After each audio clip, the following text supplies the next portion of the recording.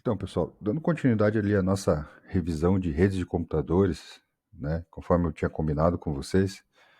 Então, a gente vai falar um pouquinho sobre uma arquitetura de rede. Eu postei já 2 vídeos explicando alguns conceitos básicos sobre redes de computadores e agora eu vou postar mais 1 ou 2 vídeos agora fazendo uma finalização desses conceitos aqui. A gente vai falar um pouquinho sobre arquitetura de redes, né? Uma rede em si, uma rede de computadores, ela nada mais é que um sistema de objetos ou pessoas conectadas aqui. Então, no caso de rede de computadores, ela também é um tipo de rede. O que é uma rede? Um conceito mais amplo de rede, né? Então, por exemplo, eu posso ter uma rede de comunicação, uma rede de serviços públicos, uma rede de transporte, né? Então, por exemplo, vou dar um exemplo aqui de uma rede biológica, né? Então, o sistema neurológico nosso, ele, né, sistema nervoso, ele é um tipo de rede biológica, né, dentro do nosso corpo. Né? Eu tenho serviços públicos, então eu tenho a rede de esgoto, né? Então o sistema de conexão de esgoto, a rede de energia, né? Ou a parte de transporte aqui, tem o sistema rodoviário, ou o sistema de transporte aéreo. Então são todas redes. Quando a gente fala de comunicação, a gente tem várias redes também. Então tem a internet, que é uma das redes, tem a rede de rádio, rede de TV, né? Tem os sistemas de comunicação aqui, tem a rede de telefonia, né? Então tem vários outros tipos de redes, né? Quando a gente está falando agora de computação, né? Então como é que a gente define aqui uma comunicação, né? Então a gente fala que uma arquitetura de redes ela precisa ter uma comunicação entre dois hosts, né? Então o processo de comunicação existe independentemente do sistema de processamento de dados.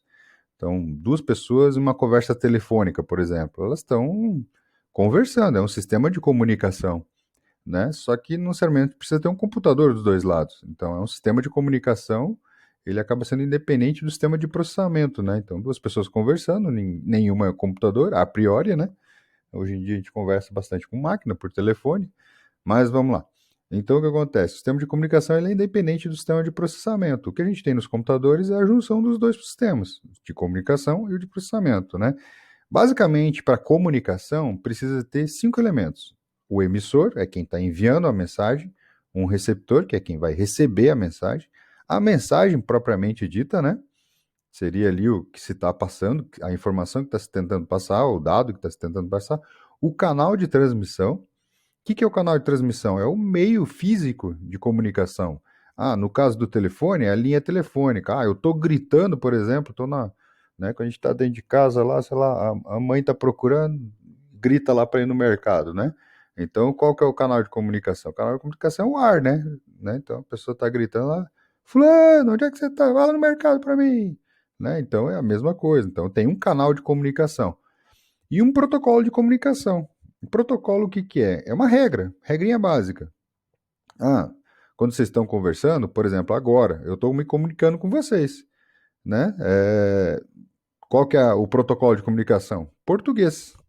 Eu estou falando em português. Ah, não, mas se o professor estivesse falando em, sei lá, em francês, talvez vocês não escutariam, não entenderiam o que eu estava falando. Então, o protocolo é uma convenção entre o emissor e o receptor, dizendo: olha, então tá, vamos conversar nessa língua. Os computadores, basicamente, a ideia é a mesma. Né? Então, tem que se entrar num acordo ali como é que vai acontecer essa comunicação. Quando a gente fala, por exemplo, um rádio amador, somente um fala, né? Então, se você aperta o botãozinho lá do rádio amador, você é que vai falar. Se outra pessoa tentar ocupar o meio, tentar apertar o botão e falar, ninguém vai escutar. Então, ou um fala ou o outro fala. É basicamente o Half Duplex que eu expliquei no vídeo anterior para vocês. Então, é um por vez. É em todos os sentidos, mas é um por vez. Né? Então, o protocolo ali de comunicação do radioamador é a língua, claro, que a pessoa está falando, mas tem aquele, não sei se vocês já viram em filme, a câmbio, né? Então, câmbio quer dizer, olha, tô cambiando, né? Tô mudando o meu status, ou seja, eu não estou mais falando, tô liberando agora o meio para quem queira falar.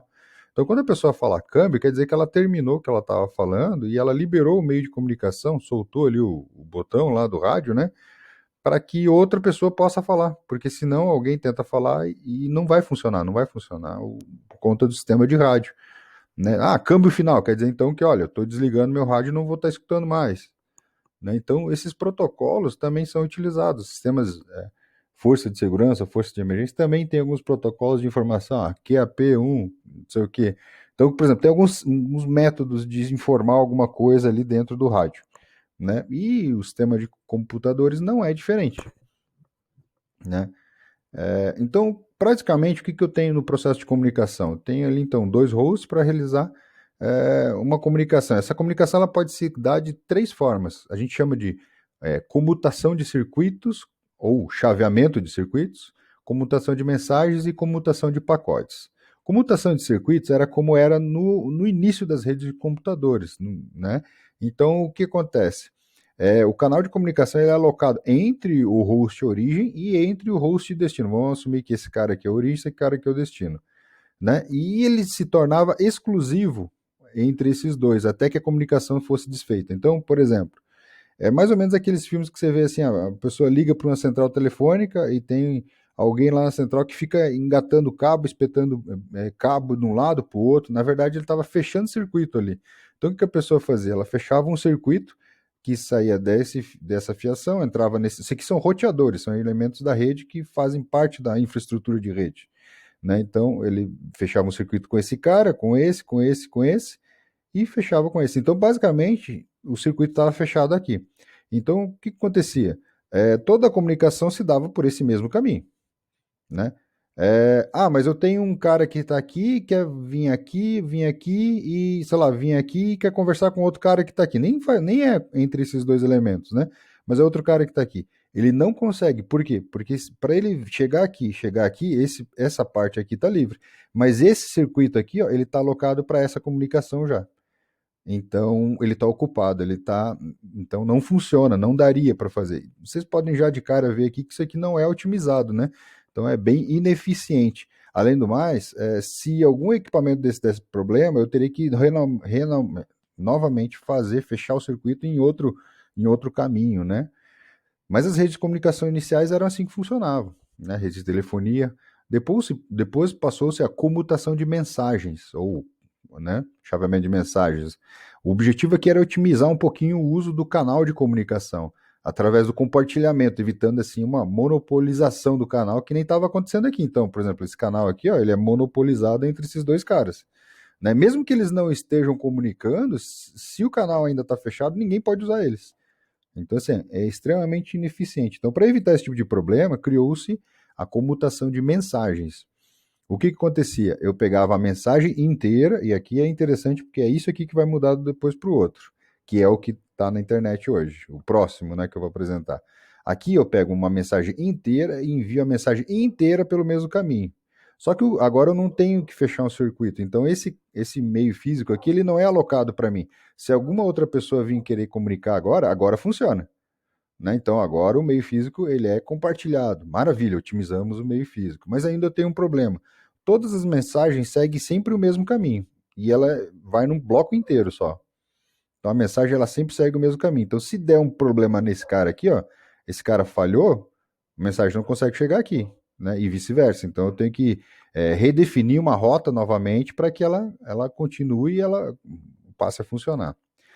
Para melhorar ainda mais isso, né, criou-se a comutação de pacotes. E daí aí começa a ideia de pacotes da internet, né, pacotes de comunicação, né? Então cada mensagem, ela é dividida em pequenos pacotes. Então eu tenho uma mensagem, eu quebro ela em vários pacotinhos diferentes, né?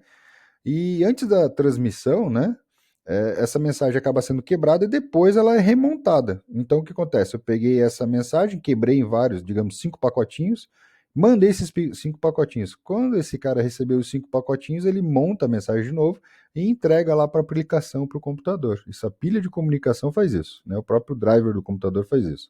E daí, quando ela estiver montada, ela entrega aqui. Então vamos lá. Então, primeiro problema.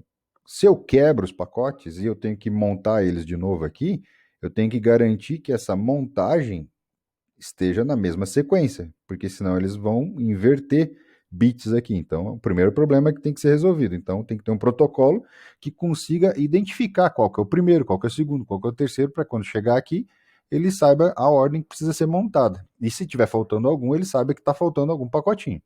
Então, é o primeiro probleminha. Né? O segundo, na verdade, é que o seguinte, na verdade não é problema, o segundo é a questão, a característica dele, né? Então o que acontece? Quando eu mando a mensagem, isso que dá o que a gente chama de Disponibilidade faz com que a internet funcione muito bem hoje em dia, né? E a internet é assim, tá? É comutação de pacotes. O que acontece? Como eu quebrei isso aqui em vários pedacinhos, o que vai acontecer? Quando eu chegar nesse primeiro cara, esse primeiro cara aqui, ele pode decidir mandar o primeiro pedacinho por aqui, por esse cara aqui, ó. Mas quando chegar o segundo pedacinho nesse cara aqui, ele pode decidir, não, não vou mandar por aqui, porque agora esse cara aqui tá lento demais, vou mandar por outro caminho, por aqui, por cima.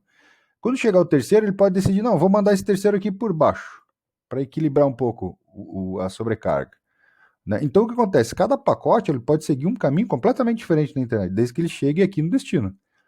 E por conta de seguir caminhos completamente diferentes, é que eles podem chegar desorganizados no destino. Então, por isso que eu tenho que saber qual que é o primeiro, qual que é o segundo. Não tem problema nenhum eu receber, por exemplo, mandei 5 pacotes e recebi, sei lá, o terceiro, o quinto e depois o primeiro. Não tem problema. Isso normalmente acontece, tá? A única questão é que eu vou ter que segurar esse pacotinho aqui até que eu receba todos os pacotes que fazem parte da mensagem, para que eu possa remontar a mensagem para entregar. Remontar na ordem certa, colocar os pacotinhos na ordem certa para entregar a mensagem, certo? O que garante isso aqui? Na verdade, o que acontece? Se tiver uma falha nesse cara aqui, ó, a única coisa que vai dar problema é, sei lá, um pacotinho que esteja aqui, por exemplo, né? Mas os outros continuam funcionando. E esse cara aqui, ele vai identificar que esse cara aqui embaixo tá falhado. Então, o que acontece? Ele não vai mandar mais pacote para cá.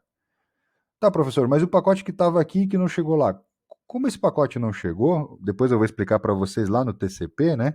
O que acontece? Se ele não chegou, ele não mandou uma confirmação de recebimento desse pacote para esse origem. E esse cara aqui ele vai esperar um tempinho, vai falar, não recebi a confirmação, o que ele vai fazer? Ele vai mandar o pacote de novo. Quando ele mandar esse pacote de novo, como esse cara aqui já sabe que esse de baixo aqui não está funcionando, ele não vai mandar por esse caminho, vai mandar por outro. Então o que acontece? O pacote vai chegar um pouco mais atrasado, mas chegam todos os pacotes, sem problema nenhum. Mesmo havendo falha aqui no meio da infraestrutura da internet. Então hoje a internet, pessoal, ela funciona assim, comutação de pacotes, né? Ou multiplexação de pacotes. Né? Então, é assim que funciona. Então, daí que surgiu a ideia de pacotes que vocês entendem hoje. Quando a gente fala de comunicação, comumente vocês vão escutar banda larga, tá? Então, o que acontece? Não tem problema o pessoal falar banda larga, né? É uma analogia, na verdade, à tecnologia de comunicação e não necessariamente à taxa de transmissão. Mas vocês que estão entrando na área de computação, na área de informática, é importante que vocês entendam, né? Mesmo que as pessoas falem de forma equivocada, que vocês entendam a diferença. Então, uma coisa é largura de banda, outra coisa é taxa de transmissão. Quando vocês vão numa empresa de internet contratar a empresa de internet para prestar serviço de internet, de acesso à internet para vocês, o que vocês estão contratando é taxa de transmissão. Então, a taxa de transmissão é de, sei lá, 200 megabits por segundo, ou 90 megabits por segundo, ou 100 megabits por segundo. Essa é a taxa de transmissão que vocês contratam. Tá? Então, o que é a taxa de transmissão? Consiste aí na quantidade de informação que pode ser transferida de um lugar para o outro em um determinado período de tempo. No caso, taxa de transmissão ela é medida em rede de comunicação em bits por segundo. Mais uma vez, pessoal, eu já falei no outro vídeo, mas é importante frisar. Comunicação é sempre medida em bits por segundo e não em bytes por segundo. Então, quando você olha lá, 200 MBS, MBPS, aquilo lá é bits por segundo. Tu quer converter por bytes? Pega aquele 200 e divide por 8, né? Então, porque um byte tem 8 bits. Então, o que acontece? Sempre medido em bits por segundo. Tá, professor, mas o que é largura de banda, então? O que é essa banda larga? Banda larga é porque, na verdade, a frequência de operação das tecnologias que proviam mais taxa de transmissão antigamente, né? Agora já mudou um pouco, mas a frequência era mais alta. Então o pessoal fazia o quê? Fazia com que a frequência ficasse mais alta e, consequentemente, tinha uma amplitude maior ali na banda de identificação, ou seja, como é que eu represento um bit dentro de um sinal físico. Né? Então, o que acontece? Era isso, na verdade. Né? Então, e comumente isso era confundido com largura de banda. Largura de banda, primeira coisa, banda, na verdade, está falando de frequência, né? Amplitude, então, assim, é sinal de comunicação. E banda é medido em hertz, né? Ou seja, ciclos de pulso por segundo. Então, a largura de banda está medindo uma frequência de operação, 200 MHz, 300 MHz. Né? Por exemplo, a Wi-Fi tem 2.4 GHz, né? Ou um Wi-Fi de 5 GHz. Isso é banda, isso é frequência, né? E isso é medido em hertz.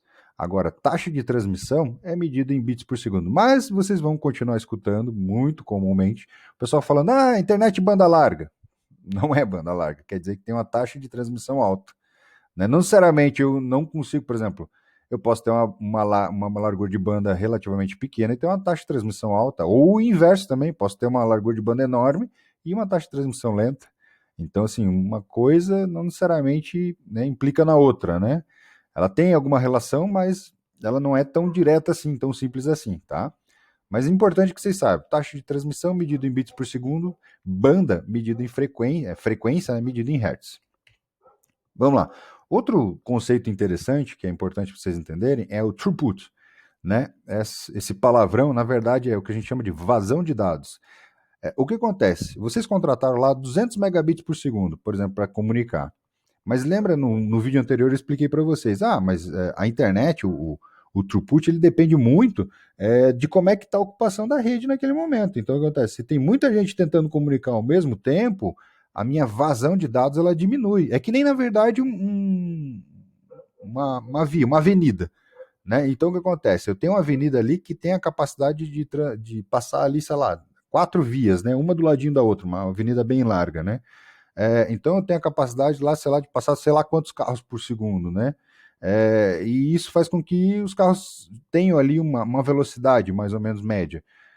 Quanto mais encher de carro, mais lento esses carros vão ter que andar. É que nem quando você vai viajar, né? Começa a ter muito carro na rodovia, você vai ter que começar cada vez a andar mais lento, mais lento, mais lento. Né? Então, a rede é mais ou menos a mesma coisa. Então, o que acontece? Quando tem muita gente solicitando acesso à rede, enviando pacotes, recebendo pacotes, ela começa a ficar mais lenta. Quando isso começa a ficar mais calma, ela volta às taxas de transmissões normais. Só que isso varia, né, durante o dia, depende do dispositivo de comunicação, do tipo de dado que está sendo enviado, da topologia de rede, do número de usuários conectados naquele momento, de eventuais falhas. Então, depende de um monte de coisa. Então, o que acontece? O que a gente mede no momento, quando vocês vão, eu vou fazer o teste de velocidade da internet. Pode ver que se vocês fizerem várias vezes, ele vai dar vários valores diferentes. Por quê? Porque ele está medindo vazão de dados. Né? E o vazão de dados tem várias questões que interferem nessa vazão, que podem fazer com que os valores sejam um pouquinho diferentes. Né? Então, não adianta eu ter uma rede de 100, sei lá, 1 gigabit instalada, por exemplo, no meu escritório, se o meu throughput efetivo do meu escritório ele está extremamente baixo por conta de, sei lá, algum problema da rede, alguma máquina que está com o vírus está mandando muita informação, pacote errado, né? Então, na verdade, eu tenho uma taxa de transmissão teórica muito alta, 1 gigabit, mas efetivamente a comunicação está lenta porque o throughput, a vazão de dados está lenta, certo? Desculpa. Vamos para frente. Tem uma maneira aqui de fazer o cálculo da transferência, né? Eu não vou ficar explicando aqui para vocês, porque isso aqui é só uma revisão. Então, o tempo de duração da transferência basicamente é ali o tamanho do arquivo, né?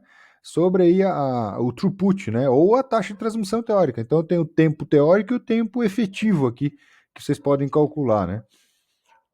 Dá um exemplo aqui, o que levaria menos tempo teoricamente falando, né? Enviar um disquete de 1.44 megabytes por um cabo UTP Cat5 de 10 megabits por segundo, ou enviar um HD de 10 gigabytes por uma fibra óptica de 1 gigabit por segundo.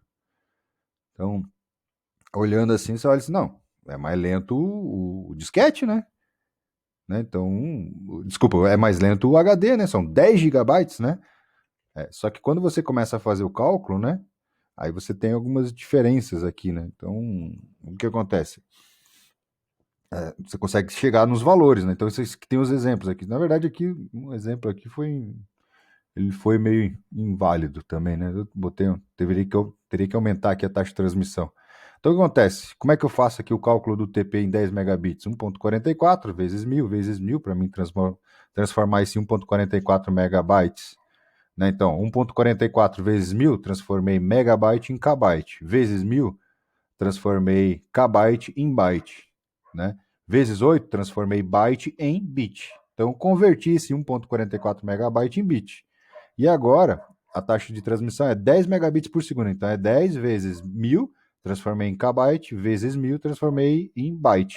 Então, agora eu tenho bits. Né? Na verdade, daí agora eu tenho o tamanho em bits dividido pela taxa de transmissão em bits.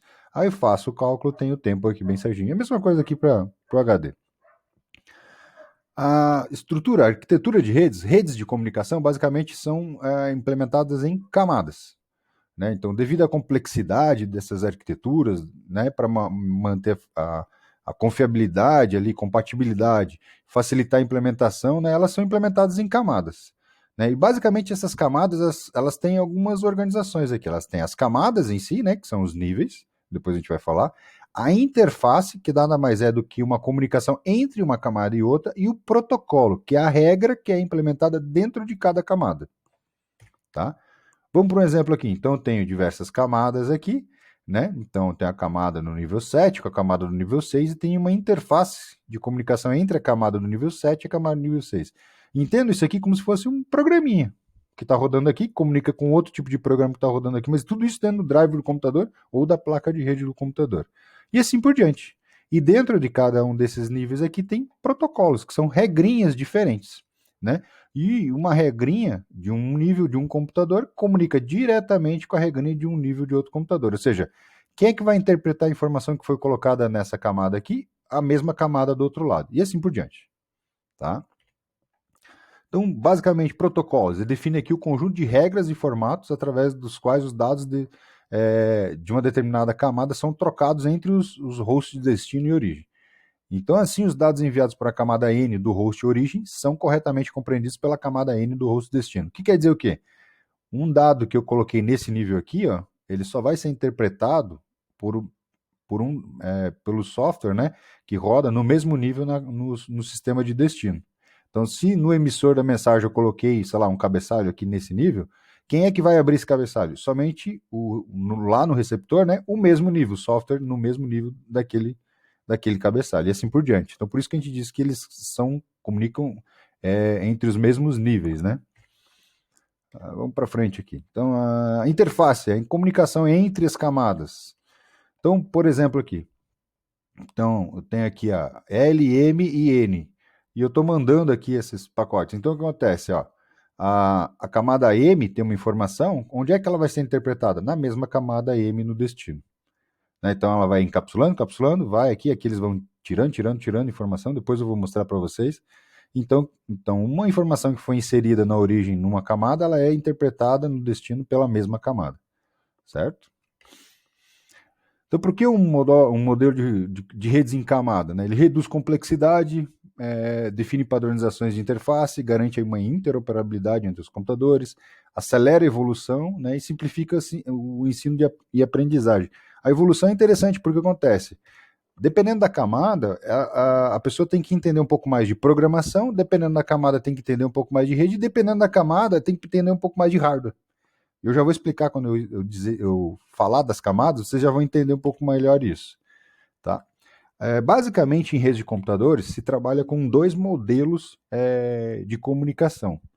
Né? O modelo de referência, que a gente chama de RMOSI, tá? Que é o modelo de referência para sistemas de comunicação, intercomunicação abertos, né? Também conhecido como ISO-OSI, a ISO, tá? É aquela mesma que vocês já escutam aí nas empresas ISO 14000, ISO 9001. É uma empresa de certificação, é uma empresa de padronização, né? Uma instituição internacional de padronização. Então, é definida também, esse modelo é definido através de uma ISO. Ele é composto de 7 camadas hierárquicas, né? E a maior parte dos fabricantes relaciona os seus produtos com o modelo ISO, só para referenciar. Ele serve apenas como modelo de referência, tá, pessoal? Ninguém implementa efetivamente o modelo de referência ISO, tá? Ele serve apenas para fazer uma referência. Então, por isso que é utilizado esse termo, né? Então, como é que ele funciona, basicamente? Eu tenho essas 7 camadas. Então, as camadas, elas são identificadas também, vocês vão entender, como L, layer, do inglês. Tá? Então, layer 1, layer 2, layer 3, então a camada 1, camada 2, camada 3. O que significa? As camadas são sempre numeradas do meio físico, mais perto do meio físico, para mais perto da aplicação. Então, o que acontece? A camada 1, a L1, na verdade, é a camada física, é a camada mais perto do sinalzinho lá. Né? A camada 7, no caso aqui, é a camada de aplicação, é a mais perto do software. Tá?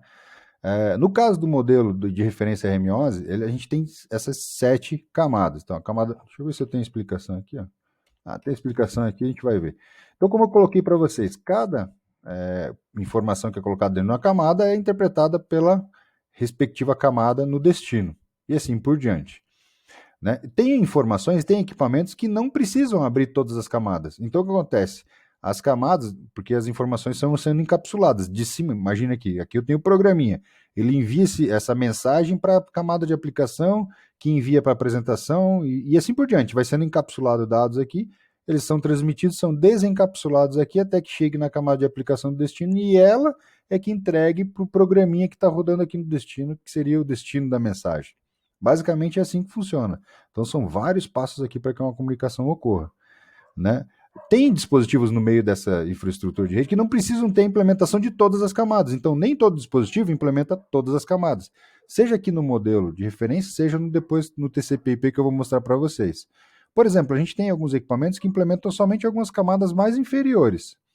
Né? Então, por exemplo, eu tenho o switch, né? O switch de internet, ou o roteadorzinho em casa de vocês. Eles não implementam a camada de transporte, sessão, apresentação ou aplicação. Eles implementam somente as camadas inferiores, que é o que eles precisam. Porque ele precisa abrir o pacotinho, interpretar os dados que estão lá dentro, abrir o pacotinho, ver quem é que é o destino, fechar o pacote e mandar para frente. Ele não precisa saber o conteúdo que está para cima. Então, eles implementam somente algumas camadas. Né, não todas as camadas. Então, isso é importante para vocês. Agora a gente vai começar a falar um pouquinho sobre as camadas em si. Então, vamos começar da camada mais alta, né, que é a camada perto da aplicação do usuário. Né? A camada de aplicação, responsável pelos processos de redes para aplicação. Então, na verdade, é aqui nessa camada que o programa acessa a rede. Então, o programinha que vocês implementarem, quando ele for acessar a interface de rede, ele vai começar por essa camada. E ele vai usar os protocolos aqui. Então, é a camada mais próxima do usuário, né, dos programas do usuário. Ele fornece aqui serviço de rede para aplicação do usuário. Por exemplo, e-mail, transferência de arquivo, terminal remoto, enfim. Dentro dessa camada de aplicação são implementados diversos protocolos que a gente chama de alto nível. O HTTP, como vocês conhecem, né, para navegar na internet, ele é um dos protocolos da camada de aplicação, né? Ah, mas é só esse? Não. Por exemplo, o SMTP para envio de e-mail, o FTP para transferência de arquivo, o próprio IMAP e o POP, que também são no e-mail, são todos protocolos, exemplos de protocolos da camada de aplicação. Tá, professor, mas o que é o protocolo? Nada mais é do que uma definição de layout dos dados que estão lá dentro. Então, olha, o primeiro byte significa tal coisa, o segundo e o terceiro byte significa tal coisa, se tiver um caractere, uma letra, significa tal coisa. Né? Então, na verdade, é a interpretação do conteúdo das informações. Isso é um protocolo. Tá? Vamos para frente. Então, a camada de apresentação é a sexta camada na pilha RMOSE. Né? Qual que é a responsabilidade dela? Né? Ela representa os dados. Então, basicamente, o que ela faz? Ela define aqui, ela faz a parte de compressão de texto aqui, se for o caso, padrões terminais, a parte de criptografia, mas ela também basicamente, ela vai fazer a apresentação. Então, ela vai, no modelo de referência, ela vai definir, olha, tá, eu tenho um computador comunicando com o ISO 8859 e outro comunicando com o UTF-16. Vamos fazer o seguinte, então, vamos definir um padrão, já que nenhum sabe a codificação do outro, nenhum sabe a informação correta da codificação do outro, vamos definir um padrão. Vamos usar a comunicação UTF-8. Então, ela faz isso, ela faz a conversão dos dados de um computador com outro. Porque o que acontece? Eu posso ter um computador que fala numa linguagem e outro computador que fala noutra. Assim como, por exemplo, eu posso ter. Lembra a ideia da comunicação das pessoas? Então eu posso ter uma pessoa que fala alemão, mas não fala português, a gente fala português, mas não fala alemão. Então, e daí, como é que a gente faz para conversar? Ah, não, mas o brasileiro aqui que fala português, ele fala inglês, e o alemão também fala inglês. Então vamos conversar em inglês. Então, basicamente, é essa a ideia aqui que a camada de apresentação faz. Tá? Não vou me estender muito para não dar confusão.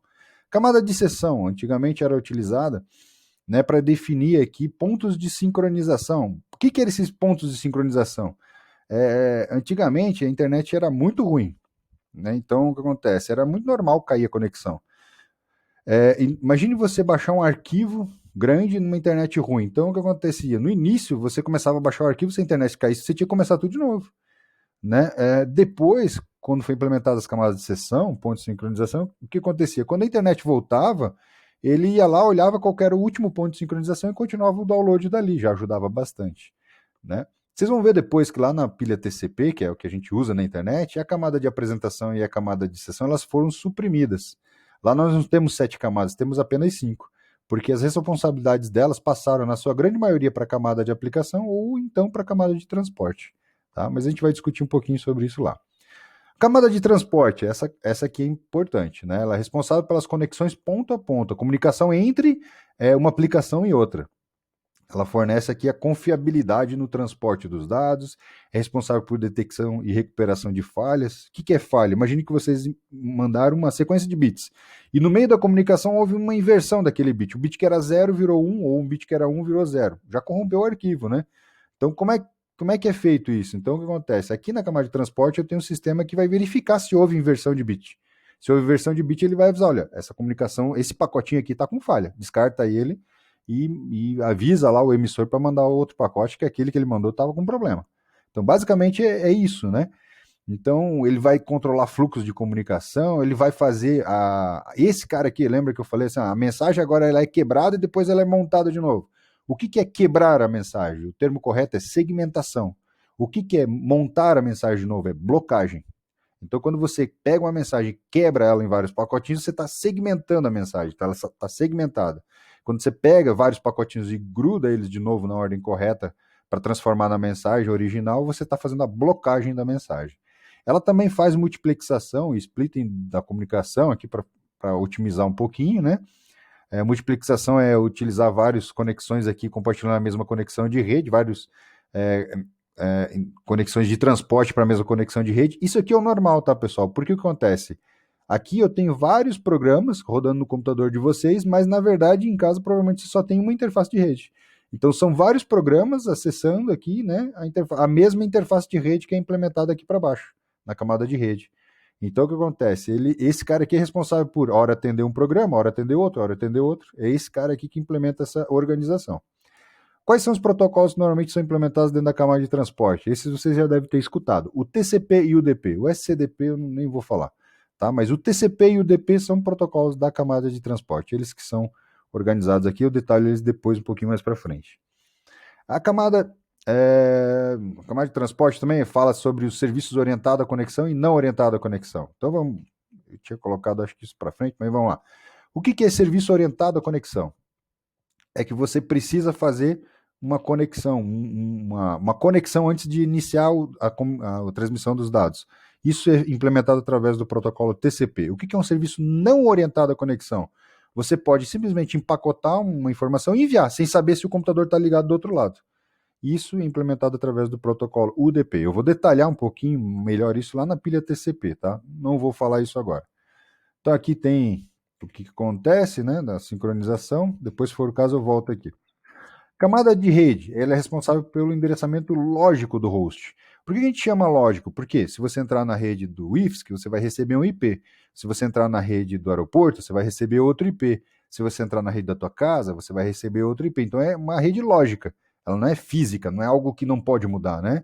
Ele fornece aqui a conectividade e seleção dos caminhos entre hosts, ou seja, é aqui nessa camada que as rotas, né, os roteadores trabalham, né? Ele implementa alguns protocolos mais conhecidos, como, por exemplo, o próprio IP, né, seja a versão 4, seja a versão 3, o ICMP, que é utilizado para vocês brincarem com o ping, por exemplo, né, ou outros protocolos aqui que eu não vou elencar aqui, não vem ao caso nesse momento. Camada de enlace. A camada de enlace, normalmente o que vocês atribuem a ela é o que a gente chama de MAC address. O MAC address é o endereçamento físico da placa de rede. Cada placa de rede tem um endereçamento físico, e esse endereçamento é o que a gente chama de MAC, endereço MAC, né? Então, o que acontece? A placa de rede Ethernet de vocês tem um endereço MAC, a placa Wi-Fi de vocês tem outro endereço MAC que tem que ser diferente. Cada placa de rede tem o seu próprio endereço, ele não pode ser igual, e esse endereço não é para mudar. Tá? Então, por isso que a gente diz que é um endereçamento físico, né? Ele faz o endereçamento físico. Além de fazer o endereçamento físico, ele ordena aqui alguns dados, né? E ele faz uma função muito interessante, que é o que a gente chama, esse MAC, né? Ele vem de Medium Access Control, controle de acesso ao meio. Lembra que eu falei para vocês antes, no outro vídeo, que no Wi-Fi somente um pode comunicar por vez? Se dois comunicarem, ele gera um probleminha, né? Eles dão colisão de pacotes. Então, o que acontece? Esse MAC, ele na verdade, o que ele faz? Ele fica escutando o meio de comunicação, seja ele qual for, seja cabeado, seja Wi-Fi, enfim, e fica verificando se tem alguém comunicando. Se tem alguém comunicando, ele fica paradinho. Se alguém e ele tem, né, um pacote para transmitir, ele fica ali guardando.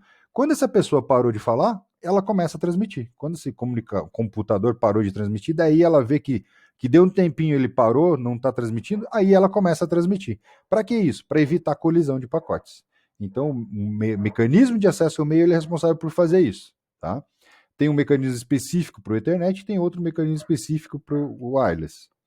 E a camada física, para simplificar, a camada física é responsável por fazer o quê? Ela vai converter os bits, que até então eram, aqui para cima era tudo bit, ela vai converter o bit em sinal físico para conectar aqui na interface de rede, né? Seja ele eletromagnético para fazer comunicação de rádio, seja ele radiotransmissão, né? Seja ele óptico, seja ele elétrico, enfim, vai converter os bits em sinal físico e também, quando ele está recebendo, né, ele está recebendo esse sinal físico, ele tem que converter esse sinal físico em bits para quando ele está recebendo as mensagens. Basicamente, a função da camada física é essa. Ela também define aqui, dentro dos protocolos da camada física, né, várias questões, intensidade, tensão, corrente, temporização de dados, tipo de conector, enfim. Aqueles CATs lá que eu falei para vocês são tudo especificações da camada física. O conector RJ45 é uma especificação da camada física, de algum protocolo da camada física, né? Então, quando vocês falam 802.11, quando o pessoal fala wireless, né? Fala assim, I3E 802.11. A I3E, assim como a ISO, é uma outra instituição responsável por padronização, tá? 802.11, na verdade, é o número de padrão dentro da I3E para sistema de comunicação sem fio, rede local sem fio, que é o que vocês chamam de Wi-Fi ou wireless. Né? Então, se fosse Ethernet, seria I3E 802.3, por exemplo, né? E assim por diante, tá, pessoal? Comumente, as especificações da camada física e da camada de enlace são publicadas em conjunto. Por quê? Porque dependendo do que eu implemento na camada de enlace, essa camada de enlace ela não é um programa rodando no computador, né? Como normalmente, como é na camada de rede para cima. Parte da camada de enlace é um programa que roda dentro da placa de rede. Tá? É um firmware rodando dentro da placa de rede. Então isso é importante. Acho que para esse vídeo aqui eu vou parar por aqui, pessoal. Tem um histórico aqui e depois eu vou explicar a camada. Vou finalizar o próximo vídeo aqui com a arquitetura TCP/IP, que é a arquitetura que é utilizada hoje na internet. Tá bom? Um abraço.